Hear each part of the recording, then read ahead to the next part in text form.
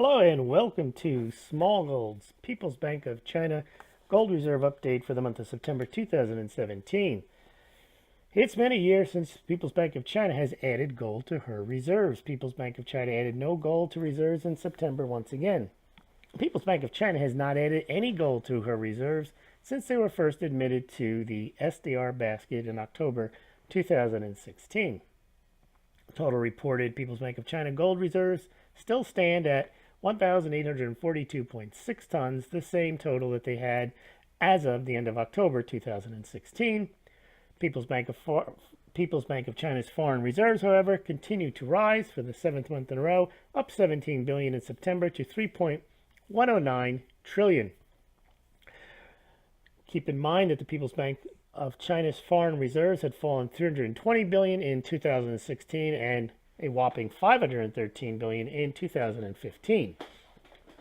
Now, the People's Bank of China has been rebuilding her reserves not by adding gold, but by adding mostly U.S. Treasury bonds.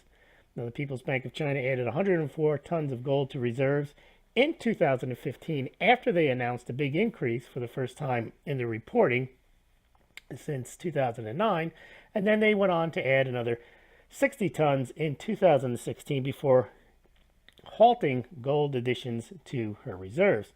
Chinese holdings of U.S. Treasuries are now at 1.2 trillion at the end of August, and China is once again the largest foreign holder of U.S. Treasuries.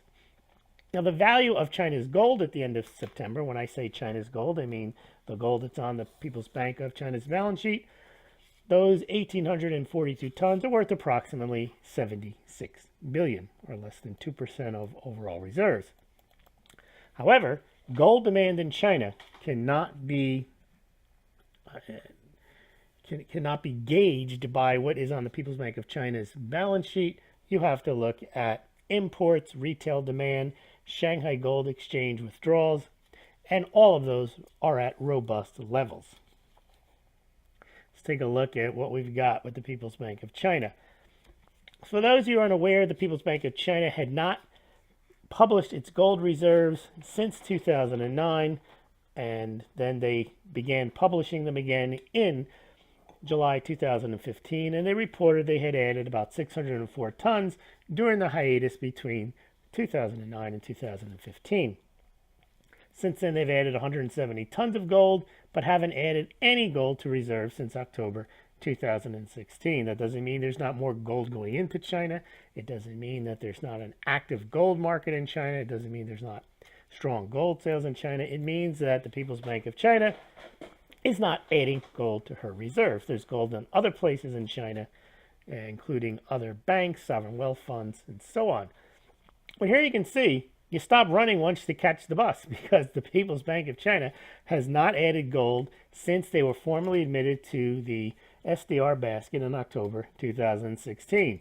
They made sure that while they were lobbying to get included in that basket, which by rights they should be, they're the second largest economy by most measures in the world, and if the IMF wants to be consistent, you've got to have some representation of China. And of course, China wanted to show that they had a large balance sheet, that they had a significant amount of gold, so they reported in 2015 an increase of about 600 tons, and they showed 1,658 tons. And then in the period of time leading up to their final inclusion, they would add gold, and as I mentioned, they had about 170 tons of gold during that period. Once they got inclusion into the SDR, it looks like they stopped running and had caught the bus, indeed.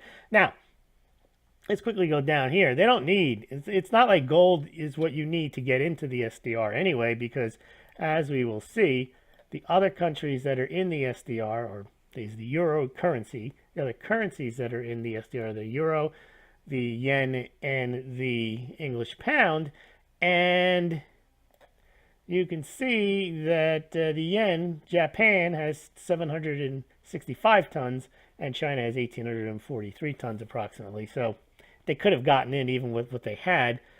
And if you notice, the United Kingdom, owner of the pound, is not even in the top 10. They're in the top 20, and they sold off a lot of their gold in 2000.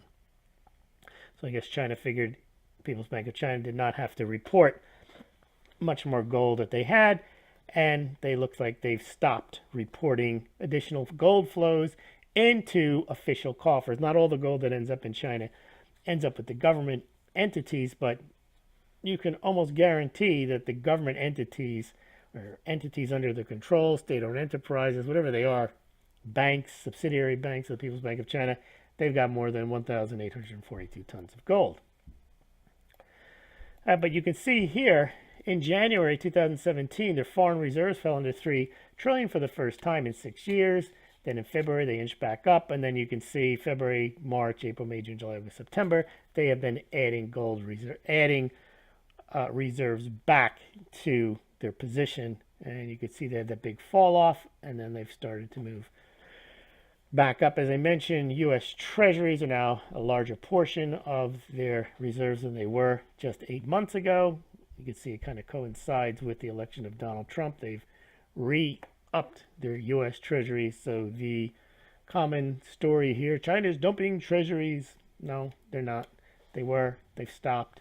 And we'll see what happens. But that story is stale. Same with Russia. Russia was dumping treasuries. They've added them all back and more. They're at their highest level since 2014, I believe. So Russia is one way that one thing that people need to realize is that the U.S. dollar and U.S. treasuries are the preferred reserve asset of all central banks, including China and Russia. They may not like that, but they know that that's what the rest of the world deals in, and so they deal with it too.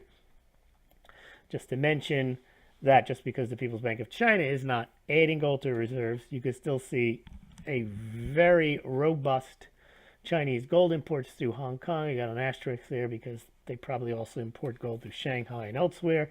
So gold is clearly flowing into China. And by the way, China has the world leading gold mining production, so there's a lot of gold being produced within China, and it's not ending up on the People's Bank of China's balance sheet, but just during the 2000 to 2016 period, 5,210 tons were mined. Again, only 1,800 tons or so on the People's Bank of China's balance sheet.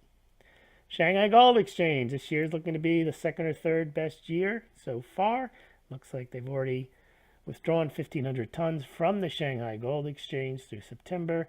And this number, September number was, I think, 212 tons. Second best September on record. So there's no drop in gold demand just because the People's Bank of China isn't adding gold to her reserves. And as I mentioned, Chinese retail gold demand is strong. Chinese demand for gold bars climbed by half, 50% on hunt for havens. You've got all these numbers here. And then here's China, People's Bank of China, where it sits. It looks like the Central Bank of Russia is eventually going to pass People's Bank of China if they don't add more gold to their reserves, as Russia last month in September added 1.1 million ounces, or about 34 some odd tons. So it looks like if they keep up with that pace sometime early next year, and China doesn't add any, or People's Bank of China doesn't add any, then Russia will become number 5. You got 1 U.S., 2 Germany, 3 Italy, 4 France, and then battling for number 5 here. Switzerland used to be up here. They were over 2,000. They sold 60% of their gold in the early 2000s when they joined the IMF. And as I mentioned, these countries, Japan, Netherlands, India, France, Italy, Germany, United States, have not added gold in decades to their reserves. Indeed, Germany has sell as a program where they sell about 4 tons a year to make gold coins. So right now, People's Bank of China is in 5th place. That about does it. If you want to add gold to your own reserves, you can do so through the links below at BGSC, Golden Eagle Coins, SD Bullion, Money Metals Exchange. You can compare pricing and shipping. And if you click on these links below this video on BitChute, YouTube, or VidMe, you pay no more no less than if you visited those sites directly.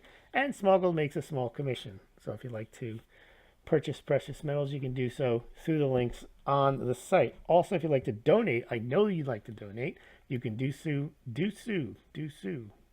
Sun Tzu. You can do so via PayPal, via Bitcoin, Litecoin, at the links below the video. And you can also donate via PayPal and also become a Smaulgld patron. We've got 10 patrons, a very solid group of patrons who support Smaulgld to the tune of about, I think it's $25 a month. So you can see I'm getting rich doing this. And that about does it. So thank you very much for listening, and we'll be talking to you soon.